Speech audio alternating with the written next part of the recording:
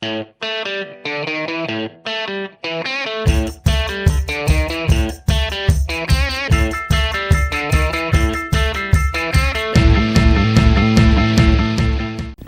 I'm Mark Clem, your host for Meet the Members of the National Ski Patrol. Hey, our job is to drive around to mountains everywhere, all up and down the East Coast, all up and down to the South. We were in the Southern Division a few weeks ago.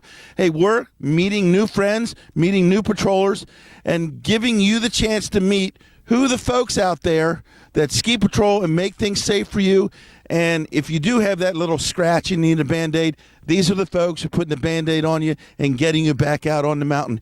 Hey, all season long, every Tuesday and Thursday, the bandwagon's fired up. You won't believe where we're at today. I don't even think I know where I'm at today because I just put the address in the GPS and followed it. And it took me to a dead-end road. And I'm like, well, that's not right. So we made a right, and we kept coming around, and we found this place called Laurel Mountain. If you don't know where Laurel Mountain is, because I kind of knew where it was, but we are in the Laurel Highlands on the Allegheny Ridge in Pennsylvania. We're about 25 or so miles from Seven Springs Ski Resort, which we've done shows there before. But even for you history people out there and current events people, we're about 15 miles from the Flight 93 Memorial, which happened during the horrific situation during 9/11, and it's just right down the road here, and maybe we'll get some footage of that and have you guys check that out. So it kind of puts you in perspective where we are. Now let's talk about who we're meeting today. We're meeting Kim Bellis, and I will say, Kim, that Natalie has been begging me for like 2 or 3 years to come up here, and we tried to do it before Christmas, and you said, well, do we need snow? And I'm like, well, that would be preferable. And you said, let's pick another date. But we're here with Kim Bellis, who's the patrol director here, and this is one of those mountains that just fun. It's not gigantic, it's not huge, it's not Seven Springs, it's not Stowe, Vermont, it's Laurel Mountain.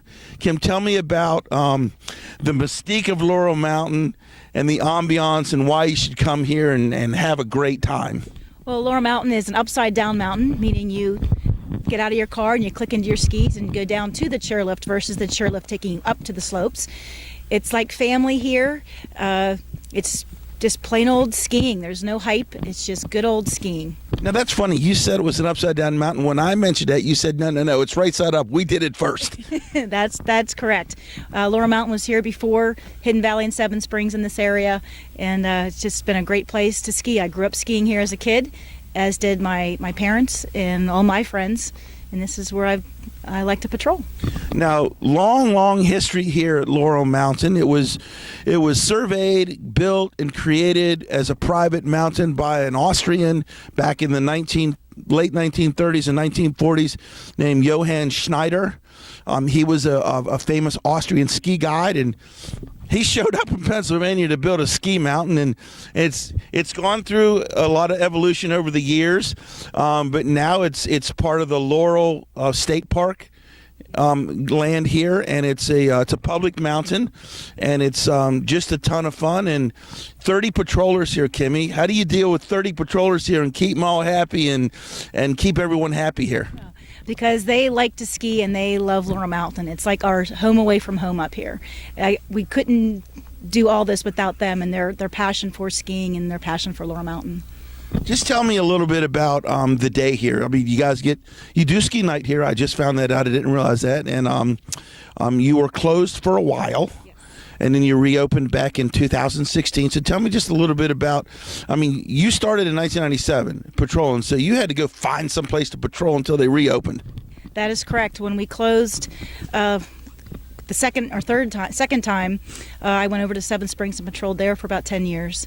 And our typical day here now, when we reopened, I have paid patrollers through the week, and they get the mountain going. They have place signs, fencing, and then we ski around and help people when they need us. Now you have 20 slopes here, 20 slopes and trails, and you have this one trail called Wildcat, and it's all hyped up. It says Ski Wildcat, Ski Wildcat. It's a 60-degree pitch. We're in Pennsylvania, 60-degree pitch? How's that work?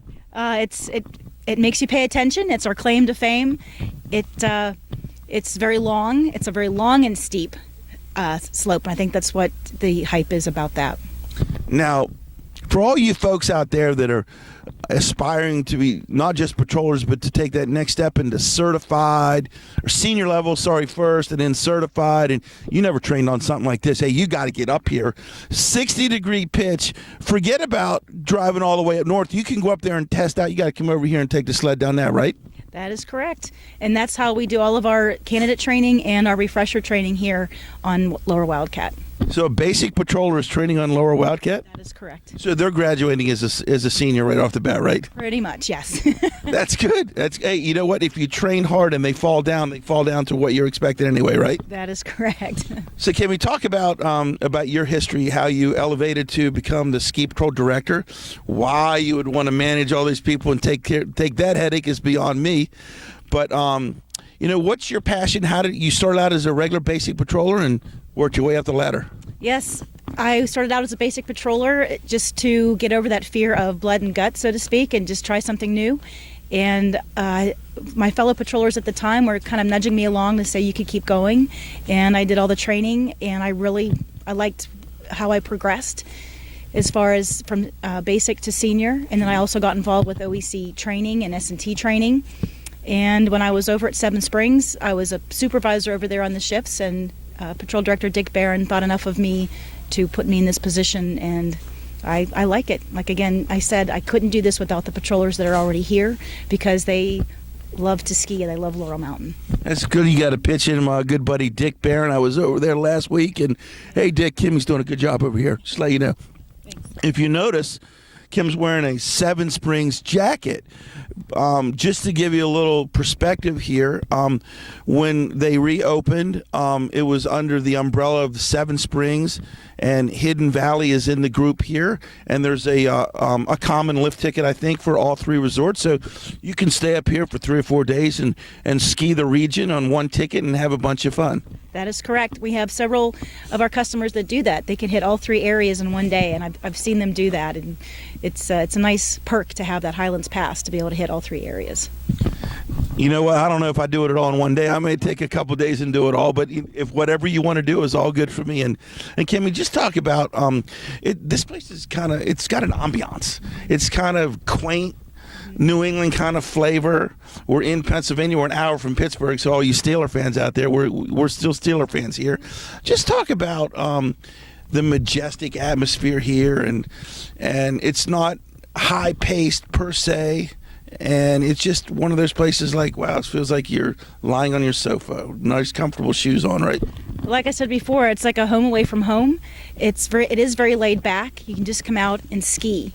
And the fact that we're nestled so far back in the Laurel Highlands, we don't have a lot of traffic, but it makes it feel like it's your own private ski area that you can just go click in and make several runs, go back in the lodge, warm up, and everyone's very friendly here, and we all feel like family here, and just enjoy the atmosphere of skiing. Talk about the training a little bit. When do you guys start your training, and how do you incorporate your training in the daily operations of the mountain?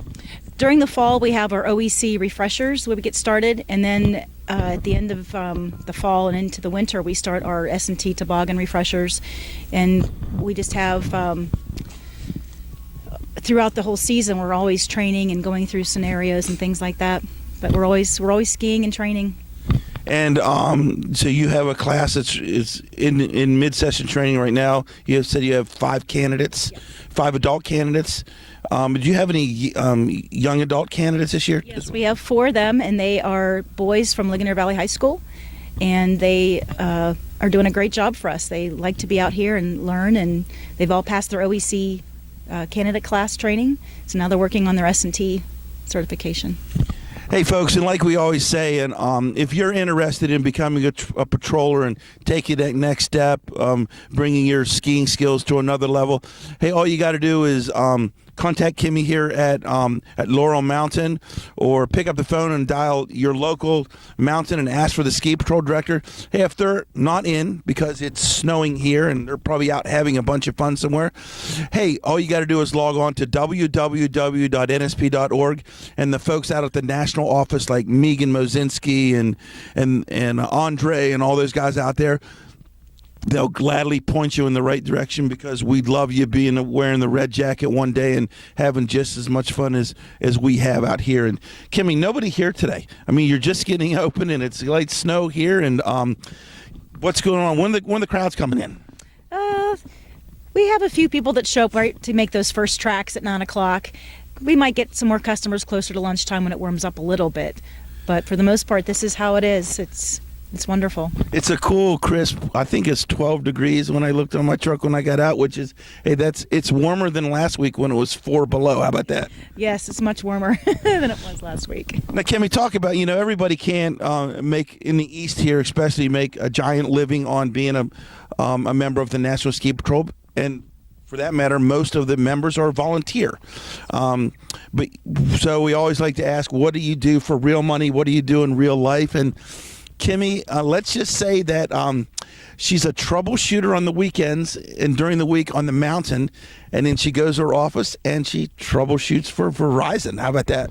Yes, I've been an employee of Verizon for 27 and a half years, and I troubleshoot DSL issues. I work with our IT development folks and write M&Ps and processes for our folks who handle the fallout from DSL orders.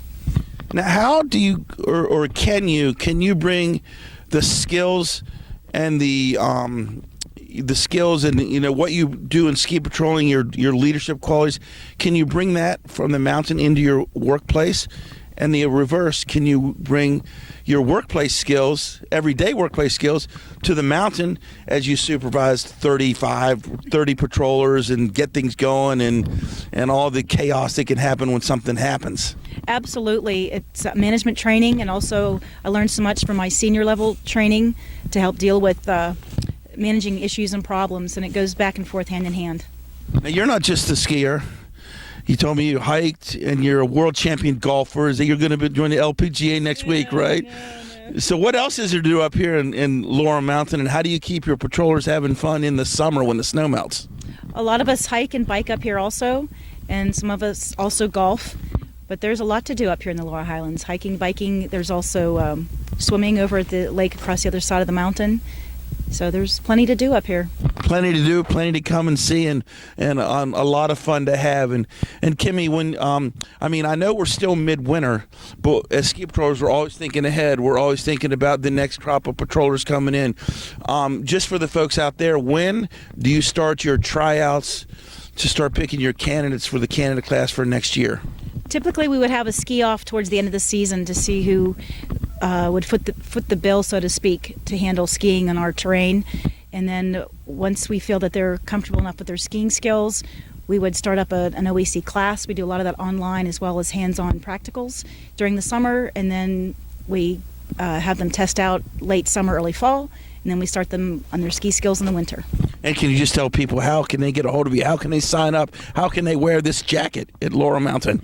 Come see me in the patrol office, and we'll have you fill out an application, and we'll go from there. Is there a phone number or an email address they can hit you up with? 724-238-4010 is our main phone number here for Laurel Mountain, and just ask for Ski Patrol. And I'm sure that you definitely, after hearing all that information, you definitely want to come out and ride and have fun. And I think we may take a couple sleds out today and see how you're probably doing some OET research today. You do that on the weekends too, and we'll get to see the veteran. A lot of times when we shoot training, we're seeing the candidates and the rookies. We might get to see some veterans today. How about that? That is true. We do our toboggan checkoffs at this time with our regular patrollers. And just to let you know, folks, we never stop training. It doesn't matter how many years you've been a member of the National Ski Patrol. We go through a continuing education course a weekend in the summer where we check out all of our medical skills and all that, and we do lift evac training. And when the snow comes on the ground, we come out and make sure that everybody can still drive the sled and make sure you guys make it down the mountain safely. And Kimmy, just talk about your vision of the patrol, how much fun you've had, and where do you want to take it from here, if anywhere? Good question. The vision for the patrol is just to keep going and enjoy skiing with everybody. Just hopefully grow at some point, and as my older, more seasoned patrollers retire, have newer patrollers to come in and take their place. But you're not leaving anytime soon, right? I know JD just came up and you said more senior patroller. Was that a dig or what? No, not at all. No, JD's been with us a long time, and it's because of him and one of his, actually his brother-in-law that got me started in ski patrol. Well, thank God for JD's brother-in-law. We're going to find out in a little bit later what JD Darr is all about and his expertise he's the historian of the mountain, I think, too. So Pretty much, yes. hey, again, I'm Mark. I'm your host for Meet the Members of the National Ski Patrol. Hey, folks, the bandwagon is always fired up. Today, it's in the parking lot of Laurel Mountain here, nestled in the Allegheny Mountains in Pennsylvania. Tomorrow, who knows? Who knows where we're going to be tomorrow? We just put the GPS on and say, find snow, and we stop and ski and talk to people and have fun. Again, every Tuesday and Thursday, folks, I'm Mark Humphrey, your host for Meet the Members of the National Ski Patrol. Check us out when you can. See you down the road. Woo!